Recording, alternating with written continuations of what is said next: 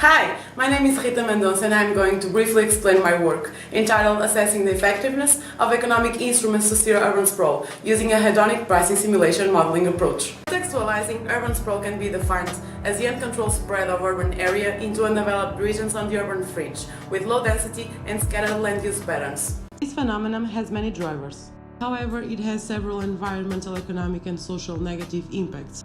For all these reasons, there is a need to control these scattered developments, and economic incentive instruments are found to be the more efficient ones. So, the objective of this study was to assess the effectiveness of economic instruments to steer urban sprawl using the Schultz model and the city of Aveiro as a case study.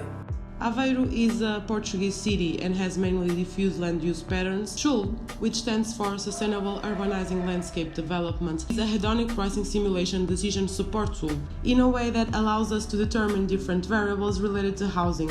However, the original model did not assess economic instruments, so an adaptation was performed. Different rates were applied to each economic instrument. Results show that, within the flat property tax, all rates led to an increased household density in urban centers, as well as an increase in real estate values and decrease in living space, leading to a contraction of the urban area that was more significant with the 10% tax. The linearly increasing property tax, corresponding to a 5% tax charged in urban centers and 10% further away, had more significant results for all parameters, encouraging a greater contraction than the opposite linearly decreasing tax. However, both rates resulted in a contraction of the urban area. The results for the flat land tax were, contrary to expectations, virtually non-existent, as only a small contraction occurred with the higher land costs. The urban limits not only did not suffer any reduction, but even expanded with the linear land tax. This was true for all rates simulated, leading to an expansion of the urban area.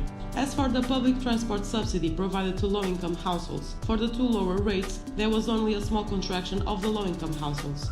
With the 50% relief, however, low-income households can afford bigger houses, buying out others they are forced to contract. Nevertheless, with the older rates, the subsidy results in a small contraction of the urban area. The public transport subsidy provided to low and middle-income households results in less social inequalities, and, with the increasing relief, households contract to more attractive areas, so this subsidy leads to a large contraction of the urban area. Main conclusions from this study include that the most efficient economic instruments to steer urban sprawl are the 10% flat property tax, the linearly increasing property tax, and the low and middle income household public transport subsidy, with the greater contraction. Conversely, the least effective economic instruments were both the flat and the linear land tax, as the first didn't pose virtually no effect, while the second even resulted in an expansion of the urban area, probably because land costs are so low that a simple raise is not enough to compete with the construction revenues.